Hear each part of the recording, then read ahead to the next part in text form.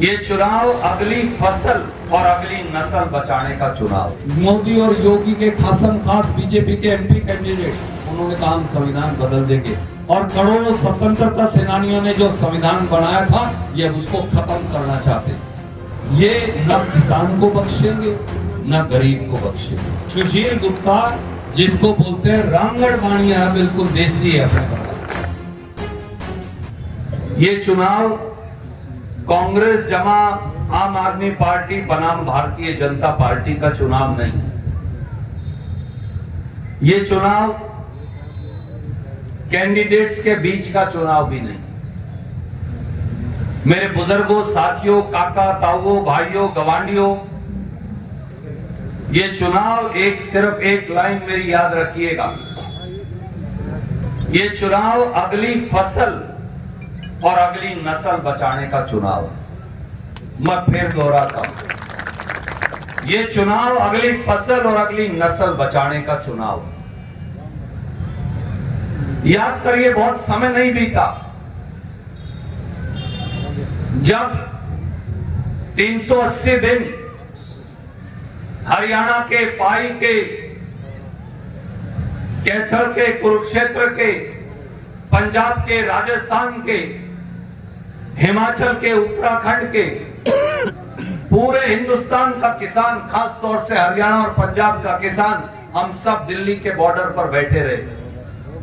लाखों की संख्या में चिलचिलाती गर्मी के अंदर, हाड़ कपकपाती सर्दी के अंदर, धूप में, बारिश में, तूफान में, आंधी में, 1 साल 15 दिन दिल्ली के दरवाजे पर हम दस्तखत देते रहे। भारतीय जनता पार्टी ने क्या किया? नरेंद्र मोदी, दुष्यंत चौटाला और मनोहर लाल खट्टर ने क्या किया? दिल्ली के बॉर्डर पर दीवारें बनवा दी, जैसे कभी मुगलों ने, जो हमारे सिख भाई यहां बैठे हैं चिंदा चिंदा, जैसे मुगलों ने साहबजादों को चिनने के लिए बनवाई थी, ऐसे दीवारें बनवा दी। बड़े बड़े गड्ढे और खाई खुदवा दी, बड़े बड़े पत्थर रास्ते में फेंकवा दिए, इतने इतने भाले गाड़ दिए कि कोई निकले तो मर जाए। और हमारे जो बेटे हैं पुलिस में, पैरामिलिट्री फोर्स में, फौज में, उनकी बंदूकों की नाड़ और संगीन हमारी छातियों की तरफ करवा दी। और ये कहा कि अगर ये एक कदम भी किसान, खेत मजदूर, छोटा छोटा आड़ती दुकानदार जो हमारे समर्थन में गया था, अगर वो आगे जाए तो इनको गोली मार देना। हम लाल किले पर कब्जा करने नहीं गए थे, हम किले बंटवाने भी नहीं गए थे, हम नरेंद्र मोदी से रुपये मांगने भी नहीं गए थे। हम किले बनवाने नहीं गए थे, हम रुपये मांगने नहीं गए थे, हम लाल किले पे कब्जा करने नहीं गए थे। हरियाणा का किसान, जिसमें किसान भी था, रविदासिया मजदूर भी था, वाल्मीकि मजदूर भी था, बैकवर्ड भी था, ब्राह्मण भी था, रोड भी था, राजपूत भी था, जाट भी था, छोटा छोटा आड़ती भी था। लाखों की संख्या में हम दिल्ली के राजा से, जिसको वोट से हमने चुना, उससे न्याय मांगने गए थे। हम केवल ये कहने गए थे कि हमें अपने खेत में, खलिहान में, गांव में बड़ी बड़ी कंपनियों का गुलाम मत बनाओ, हमें अपना खेत जोतने की इजाजत दो। हम हमारे खेतों को, कंपनियों को मत बेचो 3 काले कानून बनाकर। हमें दादा, परदादा और उससे बड़े बाबा, हमारे पुश्तैनी जमीन के अंदर हमें जर खरीद गुलाम मत बनाओ, बस इतना ही कहने गए।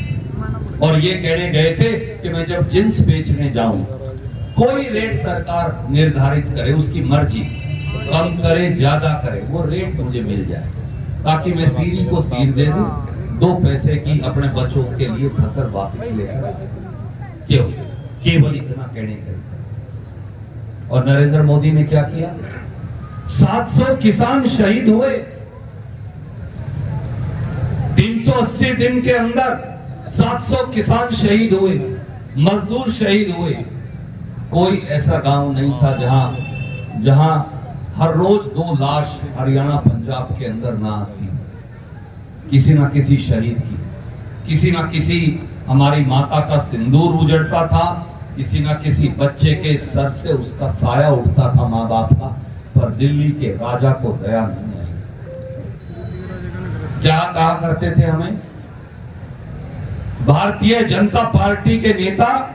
ये मेरे भाई बैठे हैं, अगर कोई सरदार था जिसने दाढ़ी मूछ रख रखी थी, आपको खालिस्तानी कहा करते थे।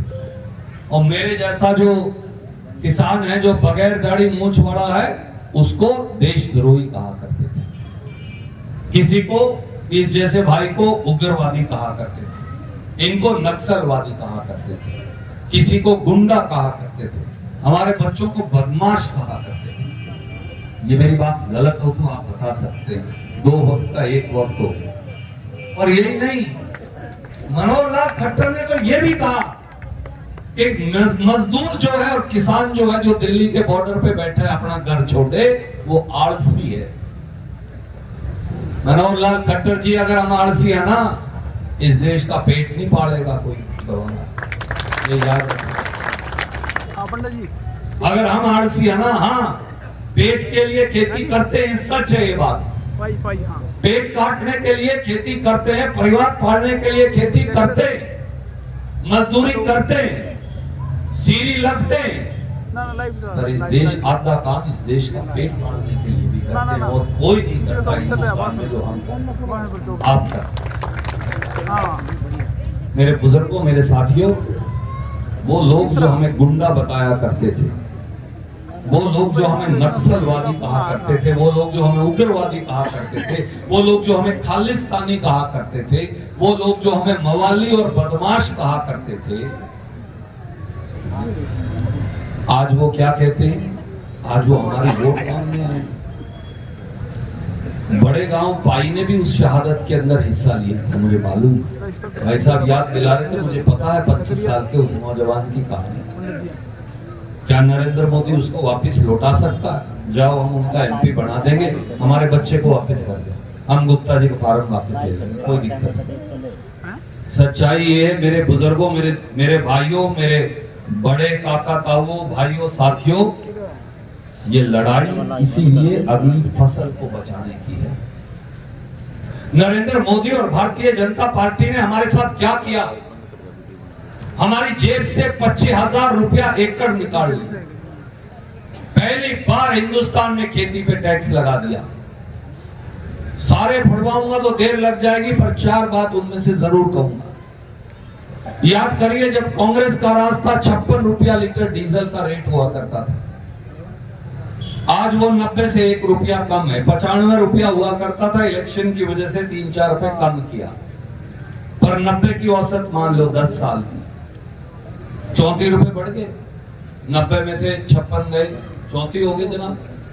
एक सीजन में हम 300-350 लीटर डीजल की खपत तो कर लेते हैं, सही?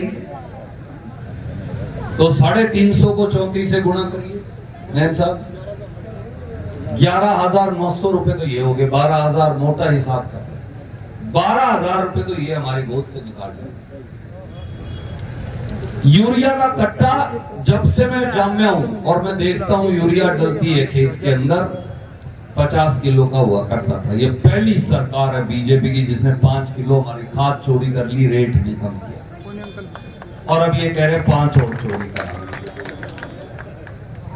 केवल ये नहीं, डीएपी का कट्टा कितने का होता था? 2014 में 900 रुपए का होता था। आज कितने का है जनाब? 1350 का। ब्लैक में तो जी गणे का, वो तो छोड़ दो। 7,501 का बीज कितने का ब्लैक में? 3600 से 4500 का। वो तो मैं चर्चा भी नहीं कर रहा आपसे। जो जायज कंपनी का रेट है वो 1350 है, तो 450 रुपए कट्टे के साथ बढ़ा दिए। मैं तो 1.5 से 2 कट्टे डालता हूँ किले के साथ, क्यों रखाड़ी कम कर पाता हूँ। पर कमजोर से कमजोर जमींदार 1 किला में 1 कट्टा डालता है जरूर, तो 2200 रुपए 5 किले वाले जमींदार के बढ़ा। आपकी खाद पे पहली बार हिंदुस्तान में 5% टैक्स लगाया। आपके कीटनाशक दवाई जो हम ये स्प्रे का धंधा करते हैं, जहर का, इसके बगैर गुजारा नहीं, इस पे 18% टैक्स लगाया। आपके ट्रैक्टर पे 12% टैक्स लगाया। आपके ट्रैक्टर के टायर कल्ले खरीदने जाओ तो 18% टैक्स लगाया, 500 रुपए किले का ये टैक्स है, तो 18,000 रुपए तो यही हो गए। 12 और 2 14 2 16 16,000 तो ये हो गए। 25,000 रुपया हमारी जेब से निकाल। हमें मिला क्या बदले में? हमें कहते हैं कि हम बदमाश हैं, हम उग्रवादी हैं। ऐसे लोग, क्या ऐसे लोग भी वापस आकर भारतीय जनता पार्टी के गुप्ता जी हमारी वोट का अधिकार रखते हैं? क्या ये मांग सकते हैं? और इतना ही नहीं, आपसे एक बात मैं और कहना चाहता हूं। अब एक नवा दूसरा है नस्ल पे हमला, ये फसल पे हमला। ये जितने हजारों बच्चे खड़े हैं ना, सारे के सारे आप बहुत काबिल हैं, लायक हैं, पढ़े लिखे हैं, रोजगार रोटी नहीं। कोई गांव उठा के देख लीजिए, गपाई तो चलो नगर हो गया, छोटे से छोटा गांव। अभी अब हम गए थे पट्टी खोद में और मागो माजरी में, सबसे छोटे गांव है, अपनी एक बगड़ी के बराबर के गांव, कैथल विधानसभा के 70 बच्चे सर बाहर चले गए। बच्चे कहते हैं बापू को मेरा किला भेज जो, मेरे बंडे आओ, मैं बाहर जाऊं, मैं नहीं रहूंगा इस देश में। वाल्मीकि क्या करेगा? उसके पास तो किले ही नहीं। रविदासिया क्या करे? उसके पास भी किले नहीं। प्रजापत और जांगड़ा क्या करे? उसके पास भी नहीं। पांचाल, नाई, सहसी, दानक और बैकवर्ड की बिरादरी, वो क्या करे? उनके पास तो जमीन भी नहीं। गांव के गांव खाली होने लग रहे हैं। हमारे बच्चे घर छोड़ के जाने लग रहे हैं। इसलिए नहीं जा रहे कि वो सुखी हैं, इसलिए जा रहे हैं बेचारे लाचार हैं। तो हमारी अगली फसल और अगली नस्ल को बचाने की ये लड़ाई है मेरे बड़े बुजुर्गों, काका ताऊ, भाइयों। इसलिए मैंने ये शुरू में कहा था। और अब एक नया हमला देश के संविधान पर बोल रहे हैं। ये बच्चे हमें संविधान की किताब देके गए, हमारे भाई अंबेडकर समिति वाले। बाबा साहब अंबेडकर ने, पंडित जवाहरलाल नेहरू ने, सरदार वल्लभ भाई पटेल ने और करोड़ों स्वतंत्रता सेनानियों ने जो संविधान बनाया था, ये उसको खत्म करना चाहते हैं। झूठ बोलते हैं जो कह रहे नहीं। हेगड़े है इनका नेता कर्नाटक में, जिस प्रांत का मैं प्रभारी हूं, केंद्रीय मंत्री है। उसने खुलेआम कहा इस बार अगर हम जीत गए तो संविधान बदल देंगे। ज्योति मिर्धा बीजेपी की राजस्थान में उम्मीदवार, खुलेआम उसने कहा हम संविधान बदल देंगे। अरुण गोविल और लल्लू सिंह है बीजेपी के, मोदी और योगी के खासम खास बीजेपी के एमपी कैंडिडेट, उन्होंने कहा हम संविधान बदल देंगे। और एक वो बाबा है मोदी का, यार क्या नाम है उसका, एक बाबा है प्रमोद, वो रोज ये कहता है कि ये जातिगत आरक्षण जो एससी बीसी का, इसको हम तोड़ेंगे। कई बार ये लगता है कि ये इन गरीबों पे हमला, परंतु मैं मेरे किसानों पे हमला कर रखा है, गरीबों पे हमला बोल रखा है। ये न किसान को बख्शेंगे न गरीब को बख्शेंगे। जब तक किसान और गरीब इकट्ठा होकर ये लड़ाई नहीं लड़ेगा। जो छोटू राम कहा करते थे प्रधान जी कि हे बोले किसान, और अब मैं उसमें मजदूर भी जोड़ता हूं, अपने दुश्मन को पहचान ले और पक्की बात ठान ले और निशाना पक्का बांध ले। तो यही मैं आज आपको कहने आया हूं। आपका बेटा, आपका भाई, आपका पड़ोसी, आपका गवांडी, आपका मेरा संस्कार और खून का रिश्ता उस नाते। मेरे बड़े बुजुर्गों, गवांडी भाइयों, बड़े गांव पाई के 36 बिरादरी के मेरे बुजुर्गों, ये लड़ाई अगली फसल और अगली नस्ल को बचाने की है। गुप्ता जी जो हमारे साथी, देखो कई बार ये कह देते हैं रणदीप एमएलए में देख लेंगे, अब की बार छोड़ दे। एक वोट से वाजपेयी की सरकार रहेगी थी। सुशील गुप्ता जिसको बोलते हैं रांगड़ बाणिया है, बिल्कुल देसी है अपने बड़ा, न्यू 100 में से 100 पैसे। और मैं आपको एक बात कह सकता हूं, हिंदुस्तान में राज बदलने लग रहा है। मेरे काका था वो, हाथ जोड़ के विनती है, हिस्सा कर लो, इस आदमी के थ्रू होगा अपना हिस्सा करना बहुत जरूरी है। और इनकी सरकार तरले वाली भी गिड़ गई है, गिड़ गई ना जी। आप तो रोज टेलीविजन पे और यू टेलीफोन पे, अखबार में ये मित्र हमारे बैठे हैं, अखबार वाले दिखाते हैं इनके एमएलए बाज गए सारे, हमने नहीं बजाए। नहीं कोई न्यू कह दे भाई इन्होंने बजा दिया, आप पे बात ये इनके दो। क्यों? इनके पास थे ही नहीं। देखो जी, छोरे का ब्याह करते हैं तो गांव वालों को, गवाड़ वालों को बुलाते हैं, लाडू खिलावे, सगाई है, टेवा आवे, कोई वो कार्ड आवे, चौड़ लगे उसमें, हल्दी लगे आवे, फिर गुड़ चढ़ी होवे, फिर अगले का बारात जावे, डुका होवे, फिर बारात जावे, फिर फेरे होवे, फिर जाके पक्का ब्याह गिना जाता है। गांव में न्यू नहीं गिना जाता। ये तो बजाई हुई सरकार बना रहे। इनके तो एमएलए तो आए को नहीं थे, 40 आए थे। मेरी बात गलत हो तो बता दो। इन्होंने क्या करा, वो जेजेपी जिसने कस्में उठा के, जो देवीलाल की कसम सौ चक्के, छोटू राम जी की कसम, पता नहीं किस किस की सौ चक्की, और गाड़ी दी बीजेपी को, और बीजेपी के खिलाफ वोट डलवाई। उसके बाद उनकी गोदी बैठ के रुपयों का सौदा कर लिया। अब वो टेम्परेरी टूटम टाटम हुई, वो भी नकली शक्ली है, क्योंकि खुद तो बाहर खड़े एमएलए उनके बीजेपी को भेज रखे हैं। ये क्यों करे, ये के चाड़ा। तो इसलिए जो इंडिपेंडेंट एमएलए थे सारे, उन्होंने आप पे लिख के दे दिया। तो सरकार आप बाल मत में, ये तो गवर्नर जो है वो बीजेपी का लगाया हुआ है। ये अखबार वाले छापेंगे, फिर वो बुरा मानेंगे गवर्नर साहब। कांग्रेस की होती तो 5 मिनट में खारिज कर देते। बताओ, सही नहीं है। हमारी सरकार अगर गिर जाती है, ऐसे कम हो जाते हैं हमारे एमएलए, नहीं कर देता जी मोदी खारिज। इन वाली की और सांस महीने आ जाएगा, 1.5 महीने आ जाएगा तो गिरेगा। देश का राज और हरियाणा का राज आपकी जोड़ी पर लाकर खड़ा करेंगे। इस नौजवान को भी आशीर्वाद दो। और ये भी नौजवान ही है, मेरे से तो छोटे उम्र में गुप्ता जी, बस कई बार गात थोड़ा बाहर ही दिखता, वैसे छोटा मेरे से उम्र में। और 6 खेत जुतवा के देख लियो, बैल से बढ़िया काम कर सके, ऐसा बढ़िया बंदा है जी।